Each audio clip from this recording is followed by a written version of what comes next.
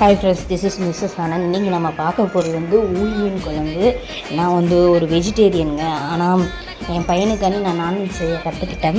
என் husband கேட்கும்போது கூட நான் யோசிப்பேன் செஞ்சு தரேன், ஆனால் நம்ம பையனுக்கு நம்ம தானே செஞ்சு தரணும் அப்படிங்கிறதுக்காண்டியே கற்றுக்கிட்டேன். இந்த ரெசிபி வந்து ஊழி மீன் இல்லை, எல்லா மீன் வகைக்கும் இந்த ரெசிபி சூப்பராக இருக்கும். எல்லா வகை மீன் குழம்பு கொஞ்சம் சூப்பராக இருக்கும். ஸோ நீங்கள் இதை ட்ரை பண்ணி பாருங்கள். ஃபஸ்ட்டு வாங்க பார்க்கலாம். ஃபஸ்ட்டு வந்து நம்ம மசாலா ரெடி பண்ணிப்போம். ஒரு 10 சின்ன வெங்காயம், பெரிய பூண்டாக இருந்தால் பெரிய பல் பூண்டாக இருந்தால் 5 பூண்டு, அல்லது சின்ன பூண்டு அல்லது ரசப்பூண்டும்பாங்க, அதுன்னா நான் ஒரு 10 பூண்டு, கொஞ்சோண்டு மிளகு, கொஞ்சோண்டு ஜீரகம், ஒரு 4 வத்தல், ஒரு மீடியம் சைஸ் நல்ல பழுத்த தக்காளியை ஒரு 2-3 பீஸாக வெட்டி போட்டுக்கோங்க. பிறகு ஒரு சின்ன ஒரு பிஞ்சு இஞ்சி துண்டு, இதை மட்டும் நல்லா போட்டு ஃபைன் பேஸ்ட்டாக அரைச்சிக்கோங்க. அதுக்கப்புறம் நான் வந்து புளியை கொஞ்சோண்டு சுடுதண்ணியில் ஊற வச்சுருக்கேன். ஏன்னா சுடுதண்ணியில் ஊற வைக்கும்போது சீக்கிரமாக 10 நிமிஷத்தில் நமக்கு ரெடி ஆகிடும். ஸோ சுடுதண்ணியில் அதுக்கப்புறம் ஸ்டவ் ஆன் பண்ணிவிட்டு கடாயை நல்லா சூடு பண்ணிவிட்டு கடாயில் எண்ணெய் ஊற்றிட்டு நல்லெண்ணெயில் செஞ்சால் ஹெல்த்தியான எனக்கு நல்லெண்ணெய் செட் ஆகாது, அதனால கடலெண்ணெய் செஞ்சேன். கடலெண்ணெய் நல்லா சூடான விட்டு அதில் வந்து கடுகு, வெந்தயம், கருவேப்பிலை, அதுக்கப்புறம் வெங்காயம் இதை நல்லா வதக்கிட்டு 2 மிளகா தான் நான் போட்டேன். ஏன்னா என் பையனுக்கு 2 வயசு தான் ஆகுது. ஸோ அதிகமாக மிளகா காரம் சேர்க்க வேண்டாங்கிறதுக்காண்டி 2 மிளகா தான் போட்டேன்.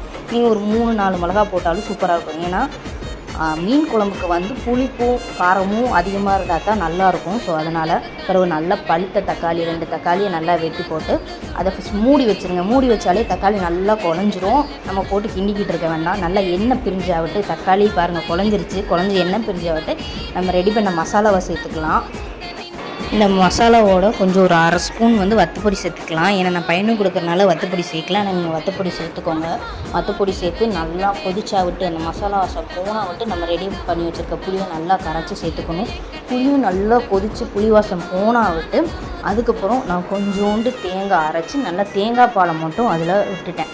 ஏன்னா எனக்கு வந்து பருப்பு ரசத்தை தவிர எல்லாத்துலேயும் தேங்காய் பால் சேர்த்தா தான் எனக்கு வந்து சாப்பிட்ட மாதிரி இருக்கும். பிள்ளைங்களுக்கு அது கொஞ்சம் அந்த ரிச் டேஸ்ட் நல்லாயிருக்கும். அதுக்கப்புறம் தேங்காய் பால் ஒரே ஒரு சின்ன கொதி வந்த உடனே நம்ம மீனை ஆட் பண்ணிட வேண்டியதான்.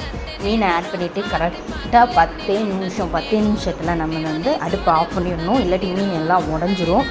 ஸோ இது மேலே கொத்தமல்லியை தூவி விட்டு இறக்குனா சூப்பரான டேஸ்ட்டான மீன் குழம்பு ரெடி. கொஞ்சம் காரம் கம்மியாக இருந்தாலும் என் பையன் சூப்பராக நல்லாவும் சாப்பிட்டான். என் ஹஸ்பண்டும் காரம் கம்மியாக இருந்தாலும் சூப்பராக இருக்குமா அப்படின்னு சொல்லி நல்லா சாப்பிட்டாங்க.